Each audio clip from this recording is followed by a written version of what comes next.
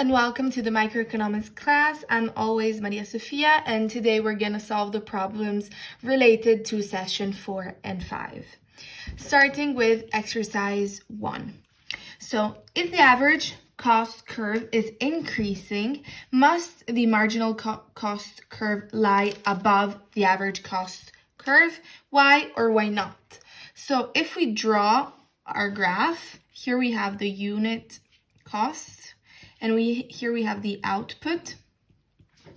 Here usually we have our average cost curve, and this is our marginal cost curve. You have to remember always, if the average cost curve is rising, then the MC always lies above the average cost. This is because the marginal cost equals to the output of the average cost. Moving on to exercise 2. So exercise 2 is telling us a firm contemplating entering the market would need to invest $100 million to build a minimum efficient scale production plant, about 10 million annually on an amortized basis. Such a plant could produce 100 million pounds of cereals per year. What would be the average fixed cost of this plant ran at capacity? And then each year, so let's go step by step. So what is asking us, the first question, it's asking the average fixed costs. The formula for the average fixed cost, it's fixed cost over quantity. So our fixed cost, we know our fixed cost, right? Our fixed cost in this exercise is 10 million annually, okay? We're paying 10 million dollars annually, okay? On an amortized basis. So this is our fixed cost. Do we know the initial quantity? Yes, 100 million. So the average fixed cost, quantity is 100. It's going to be 10 of fixed over 100. This equals to $0.10 per pound, okay, if the plant ran at capacity. Now, each year, U.S. breakfast cereal makers sell about 3 billion pounds of cereal. What would be the average fixed cost if the cereal market captured a 2% market share? 2% market share of 3 billion pounds.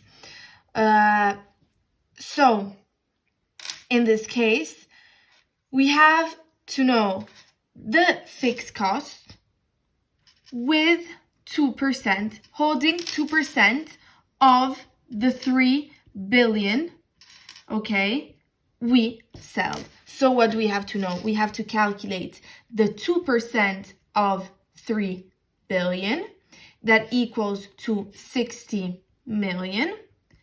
Now that we have 60 million, we apply the same formula. So the fixed cost in this case, so the average, fixed cost in this case, it's going to be 10 over 60, which is 0.167 pound. Okay? Then it's asking us if the, what would be the disadvantage if it achieved only 1% share? So we do exactly the same thing. We have to know what is the 1% of 3 billion, which is 30 million. And then to find the average fixed cost, we have 10 over 30 million, which is 0.333 per pound. So the disadvantage would be of 0.23, the difference of the two. Because here the fixed costs are larger than here. So this costs, the 1% costs more. And the disadvantage is of $0.23. Okay? Moving on, exercise 3. I want to mention out that these exercises are extremely just like the formula, and you apply the formula. So know your formulas. So you have the total cost, which is given. So total cost equals to 1,000 plus 50 q to the second. And it's asking you to find derive expressions for and then sketch the corresponding short-run average cost, average variable cost, and average fixed cost. So we know that the average cost formula equals to the total cost over Q, okay? Okay, and also that this is equal to fixed cost plus average cost over Q. So average fixed cost equals, as we did before, over Q, and average variable cost equals to, this is V, average variable cost over Q.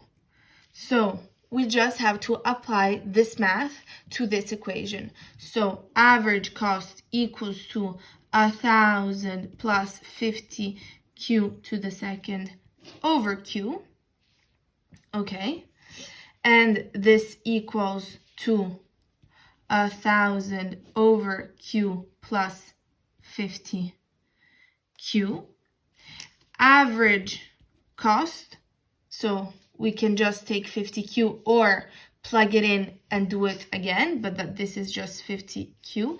And the fixed cost, average fixed cost, it's 1,000 over Q. Now, how do we draw this? It's, of course, an approximate graph, okay? If you want to know the exact, plug your equations. So we have this in GeoGebra, and you're going to have a very accurate graph. But in general, you always have your average variable cost, your average cost, and your average fixed cost. This in Q and this in Q. So moving to exercise 4, you have to suppose that the total cost of providing satellite television services is as follows. So we have the total cost of Q1 and Q2 is 0 if Q1 equals 0 and Q2 equals 0. And you have 1,000 plus 2Q1 plus 3Q2 otherwise, where Q1 and Q2 are the number of the households that subscribe to a sports and a movie channel respectively. Does the provision of satellite television services exhibit economies of scope? So you know that the economies of scope is the relationship with the total cost with Q1 and 0, okay? Plus the total cost with 0 and Q2 has to be greater than the total cost with Q1 or Q2. So what do we have? We have our total cost equation, which is 1,000 plus 2Q1 plus 3Q2. If we substitute this in this relationship of economies of scope, we have 1,000 plus 2Q1 and Q2 is 0, so plus 0, plus the same thing, but now we have 0 for Q1 and Q2 is 3Q2, has to be greater than 1,000 plus 2Q1 plus 3Q2. Is this greater? Yes, because this is 2,000 plus 2Q1 plus 3Q2, which is greater than 1,000 plus 2Q1 plus 3Q2. So this, yes, it's it exhibits an economies of scope if the relationship is true, and it is true. Moving to number 5.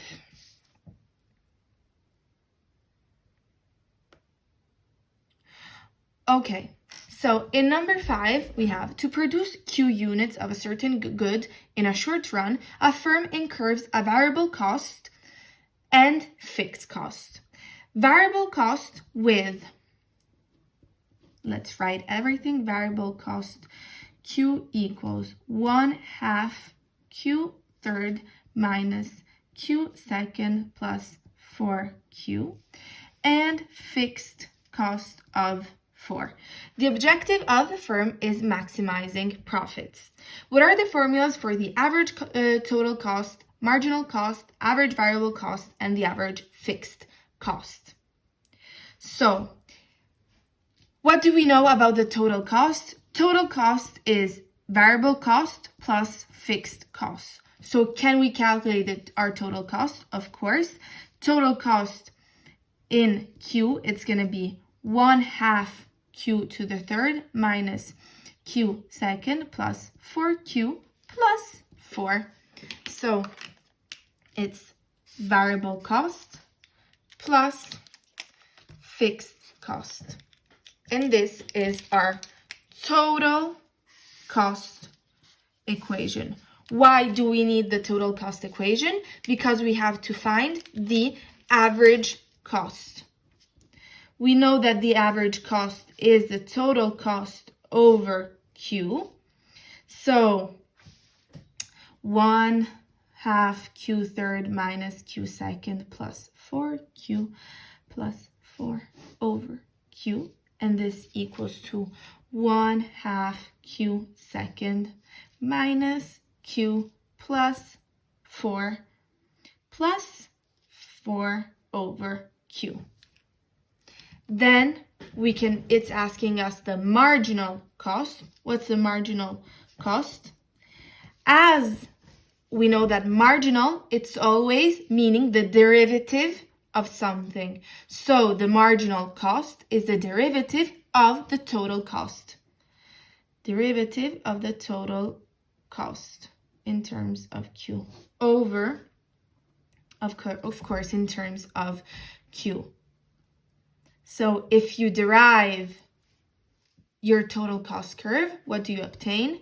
3/2 Q to the second minus 2Q plus 4. Now, the average variable cost, they're always the same formulas. It's the variable cost of Q over Q. Do we have the variable cost? Yes, 1/2 Q third minus Q second plus 4Q over Q. Our average variable cost, it's 1/2 Q to the second minus Q plus 4. Easy, you just simplify. Average fixed cost, it's the fixed cost over Q. So 4 over Q. We found all the equation that the problem asked us. Now, what we have to do probably is draw the average total cost, the marginal cost, and the average cost on the same graph. Find the quantity levels of these functions achieve the minimum and indicate the shutdown and the break-even points. So those points where it cannot produce anymore. Let's firstly draw the graph. So now what we can do is draw our graph. I already did it. If you want an accurate graph, again, just plug your equation into an app that draws amazing graphs. If not, just do it approximately. And this will help us to know where the firm is gonna shut down and where are the break-even points. Why? Because where the average variable cost intersects the marginal cost is going to be the shutdown, and the intersection between the average cost and the marginal cost is the break even. Break even point. However, we can calculate this in a mathematical way. So, to know the minimum of the average cost, we have to derive our average cost that we had before, okay?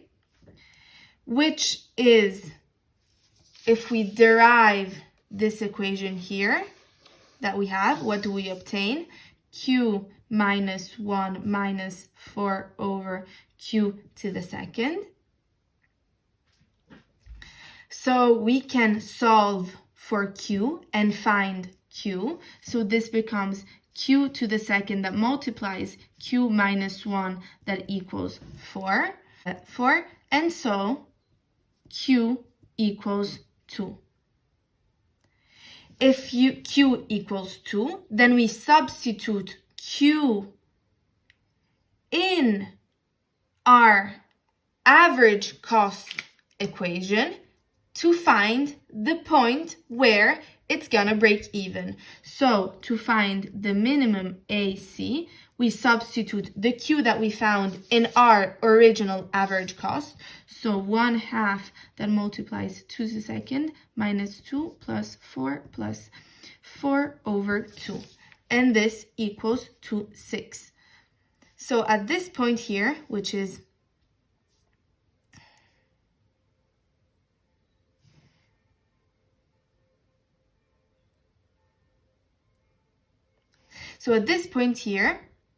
you're gonna have a break even. We're gonna find out the same thing with the MC, so the marginal cost of Q. You always have to derive your marginal cost of Q over derive the derivation. So the marginal cost is this one. If you derive this equation, you have 3Q minus 2, and Q equals 2/3. Then what do? You substitute 2/3 in your initial equations, and you know that your min MC in terms of Q, it's 10/3. Then you do the same thing for the average variable cost. You derive your average variable cost in terms of Q over Q. So if you derive this, you obtain Q minus 1, and then you find that Q equals 1, and the minimum average variable cost equals to 3/2. So this is where the firm is going to shut down. Then the third question that asks you, it's being, the firm sells its product at a unit price equal to P. Find the production level corresponding to P equals 3 when the firm maximizes its profits. So revenues minus costs. Calculate the realized profit. So we know that the profit, the formula, it's price times quantity minus the total costs. However, we know that the price cannot be below of 3.5 because if not, it's going to shut down. And here it's telling us that the price is 3. So we already know that the profit, it's going to be negative. However, we can find it out by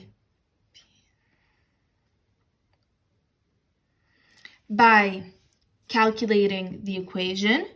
So it becomes 3 times Q minus 1/2 Q third plus Q to the second minus 4Q minus 4.